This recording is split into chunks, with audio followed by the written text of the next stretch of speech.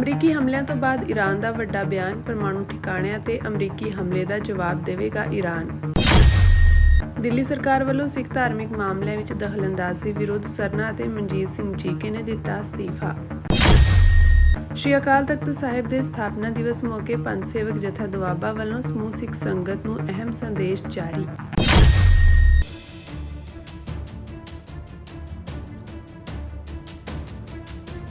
Iran ਤੇ Israel ਅਤੇ America ਦੇ ਹਮਲਿਆਂ ਨੂੰ ਲੈ ਕੇ ਦੁਨੀਆ ਦੇ ਇੱਕ ਵੱਡੇ ਹਿੱਸੇ ਵਿੱਚ ਚਿੰਤਾ ਵੱਧ ਗਈ ਹੈ। ਇਸ ਮਾਮਲੇ ਤੇ ਈਰਾਨ ਨੇ ਕਿਹਾ ਹੈ ਕਿ ਉਹ ਆਪਣੇ ਪਰਮਾਣੂ ਠਿਕਾਣਿਆਂ ਤੇ ਅਮਰੀਕੀ ਹਮਲਿਆਂ ਦਾ ਜਵਾਬ ਦੇਵੇਗਾ। ਈਰਾਨ ਦੇ ਨੇਤਾ ਆਇਤੁੱਲਾ ਅਲੀ ਖਾਮੇਨਈ ਨੇ ਅਮਰੀਕੀ ਹਮਲੇ ਦੀ ਸਖਤ ਨਿੰਦਾ ਕੀਤੀ ਹੈ ਤੇ ਕਿਹਾ ਹੈ ਕਿ ਇਜ਼ਰਾਈਲ ਅਤੇ ਅਮਰੀਕਾ ਨੇ ਵੱਡੀ ਗਲਤੀ ਕੀਤੀ ਹੈ ਤੇ ਉਹਨਾਂ ਨੂੰ ਬਖਸ਼ਿਆ ਨਹੀਂ ਜਾਵੇਗਾ। ਈਰਾਨ ਦੇ ਰਾਸ਼ਟਰਪਤੀ ਮਸੂਦ ਪੇਜ਼ੇਸ਼ਕੀਅਨ ਅਤੇ ਵਿਦੇਸ਼ ਮੰਤਰੀ ਅਬਾਸ ਅਰਾਕਚੀ ਨੇ ਵੀ ਅਮਰੀਕੀ ਹਮਲੇ ਤੋਂ ਬਾਅਦ ਬਦਲਾ ਲੈਣ ਦੀ ਗੱਲ ਕੀਤੀ ਹੈ। ਅਜਿਹੀ ਸਥਿਤੀ ਵਿੱਚ ਈਰਾਨ ਵੱਲੋਂ ਪੱਛਮੀ ਏਸ਼ੀਆ ਵਿੱਚ ਅਮਰੀਕੀ ਠਿਕਾਣਿਆਂ ਤੇ ਹਮਲੇ ਦੀ ਸੰਭਾਵਨਾ ਵੱਧ ਰਹੀ ਹੈ। ਈਰਾਨ ਵੱਲੋਂ ਅਮਰੀਕੀ ਫੌਜੀ ਠਿਕਾਣਿਆਂ ਨੂੰ ਨਿਸ਼ਾਨਾ ਬਣਾਉਣਾ ਇਸ ਜੰਗ ਨੂੰ ਇੱਕ ਬੇਹੱਦ ਖਤਰਨਾਕ ਦੌਰ ਵਿੱਚ ਦਾਖਲ ਕਰ ਸਕਦਾ ਹੈ।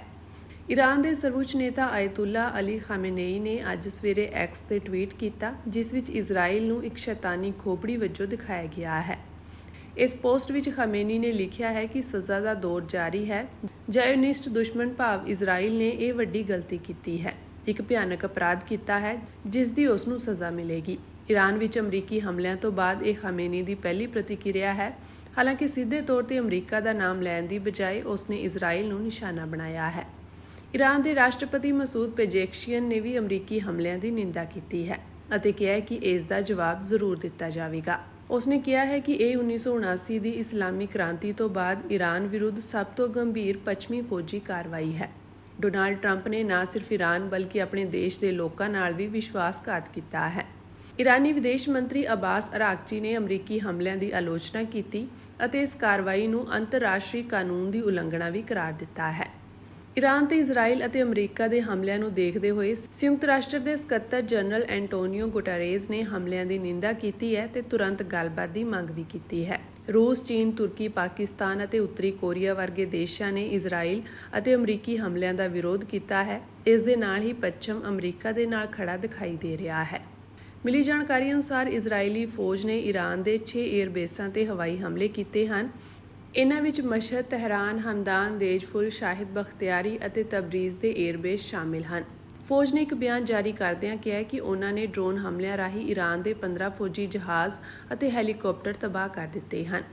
ਇਨ੍ਹਾਂ ਹਮਲਿਆਂ ਵਿੱਚ ਜਿੱਥੇ ਈਰਾਨ ਦੇ ਭੂਮੀਗਤ ਬੰਕਰ, ਇੱਕ ਰਿਫਿਊਲਿੰਗ ਜਹਾਜ਼ ਤੇ F-14, F-5 ਅਤੇ AH-1 ਵਰਗੇ ਲੜਾਕੂ ਜਹਾਜ਼ਾਂ ਨੂੰ ਭਾਰੀ ਨੁਕਸਾਨ ਪਹੁੰਚਿਆ ਹੈ, ਉੱਥੇ ਦੂਜੇ ਪਾਸੇ ਈਰਾਨ ਨੇ ਵੀ ਇੱਕ ਇਜ਼ਰਾਈਲੀ ਹਰਮੀਸ ਡਰੋਨ ਨੂੰ ਖਤਮ ਕਰ ਦਿੱਤਾ ਹੈ। ਇਸ ਤੋਂ ਪਹਿਲਾਂ ਇਜ਼ਰਾਈਲੀ ਹਵਾਈ ਫੌਜ ਨੇ ਬੀਤੀ ਰਾਤ ਈਰਾਨ ਦੇ ਸ਼ਾਹਰੂਦ ਵਿੱਚ ਇੱਕ ਬੈਲਿਸਟਿਕ ਮਿਜ਼ਾਈਲ ਇੰਜਣ ਫੈਕਟਰੀ ਤੇ ਬੰਬਾਰੀ ਕੀਤੀ। ਇਹ ਜਗ੍ਹਾ ਇਜ਼ਰਾਈਲ ਤੋਂ ਲਗਭਗ 2000 ਕਿਲੋਮੀਟਰ ਦੂਰ ਹੈ। ਇਸ ਹਮਲੇ ਵਿੱਚ ਇੰਜਣ ਬਣਾਉਣ ਦੀਆਂ ਬਹੁਤ ਸਾਰੀਆਂ ਮਸ਼ੀਨਾਂ ਅਤੇ ਜ਼ਰੂਰੀ ਉਪਕਰਨ ਤਬਾਹ ਹੋ ਗਏ। ਇਸ ਤੋਂ ਇਲਾਵਾ ਇਜ਼ਰਾਈਲ ਨੇ ਤਹਿਰਾਨ, ਕਰਮਾਨਸ਼ਾਹ ਅਤੇ ਹਮਦਾਨ ਵਿੱਚ ਵੀ ਹਵਾਈ ਹਮਲੇ ਕੀਤੇ। ਦੂਜੇ ਪਾਸੇ ਅਮਰੀਕੀ ਰਾਸ਼ਟਰਪਤੀ ਡੋਨਾਲਡ ਟਰੰਪ ਨੇ ਈਰਾਨ ਵਿੱਚ ਤਖਤਾ ਪਲਟ ਦਾ ਸੰਕੇਤ ਦਿੱਤਾ ਹੈ।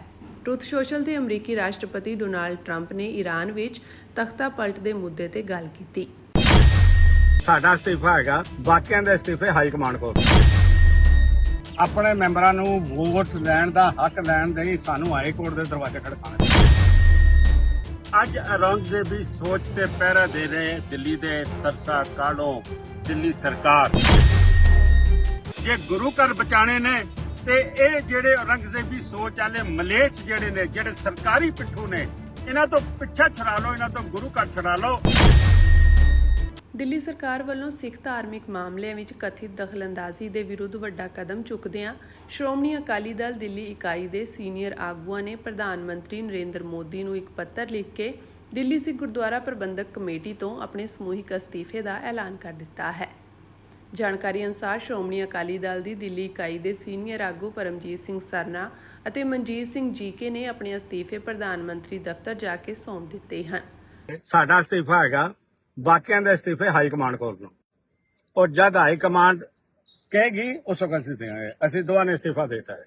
ਬਈ ਜਾਓ, ਇਹਨਾਂ ਕੋਲ ਜਿਤਨੀ ਲੁੱਟ ਖਸੁੱਟ ਕਰਨੀ ਹੈ ਕਰਵਾ ਲਓ। ਦੋਹਾਂ ਆਗੂਆਂ ਵੱਲੋਂ ਪੱਤਰ ਵਿੱਚ ਕਿਹਾ ਗਿਆ ਹੈ ਕਿ ਦਿੱਲੀ ਸਰਕਾਰ ਖਾਸ ਕਰਕੇ ਮੰਤਰੀ ਰੇਖਾ ਗੁਪਤਾ ਅਤੇ ਹੋਰ ਭਾਜਪਾ ਆਗੂਆਂ ਵੱਲੋਂ ਦਿੱਲੀ ਸਿੱਖ ਗੁਰਦੁਆਰਾ ਪ੍ਰਬੰਧਕ ਕਮੇਟੀ ਵਿੱਚ ਰਾਜਨੀਤਿਕ ਦਖਲਅੰਦਾਜ਼ੀ ਕੀਤੀ ਜਾ ਰਹੀ ਹੈ। ਅੱਜ ਸਾਨੂੰ ਹਾਈ ਕੋਰਟ ਚੋਂ ਸਾਡੇ ਮੈਂਬਰਾਂ ਨੂੰ ਵੋਟ ਪਾਉਣ ਦਾ ਹੱਕ ਮਿਲਿਆ ਹੈ।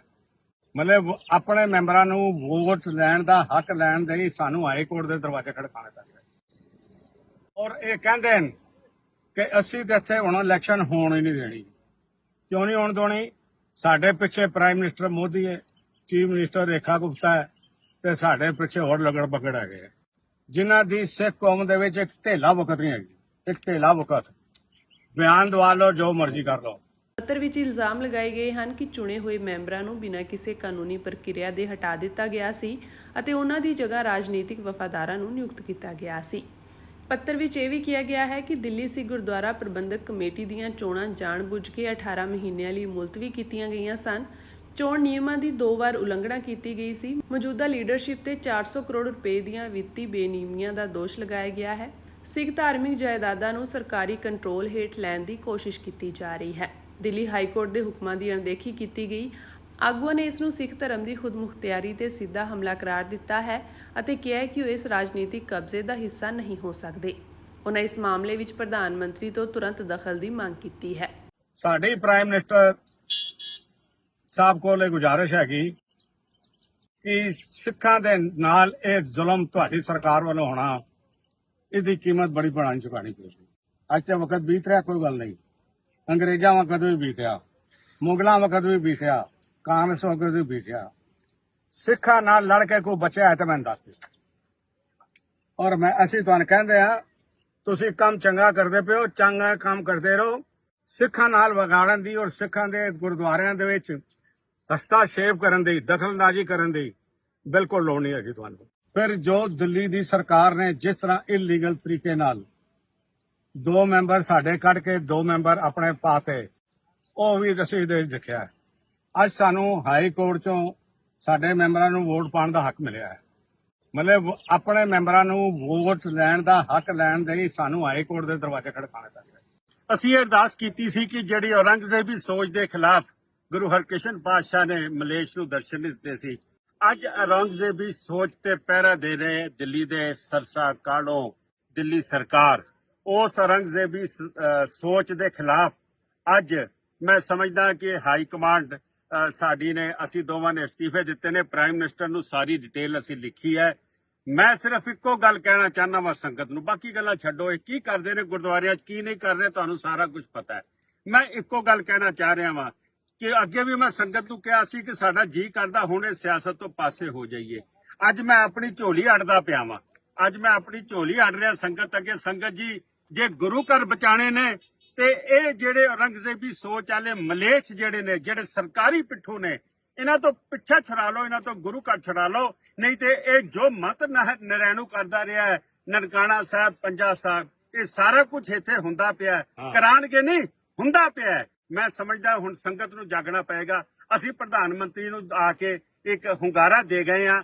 ਅਗਲੀ ਰਣਨੀਤੀ ਸਾਡੀ ਇਹ ਹੈ ਕਿ ਅਸੀਂ ਹਰ ਇਤਵਾਰ ਨੂੰ ਅਸੀਂ ਇਲਾਕਿਆਂ 'ਚ ਵੀ ਜਾਵਾਂਗੇ, ਅਸੀਂ ਗੁਰੂ ਘਰਾਂ 'ਚ ਵੀ ਜਾਵਾਂਗੇ, ਅਸੀਂ ਮੀਟਿੰਗਾਂ ਕਰਾਂਗੇ ਔਰ ਲੋਕਾਂ ਦੇ ਵਿੱਚ ਮਾਹੌਲ ਬਣਾਵਾਂਗੇ।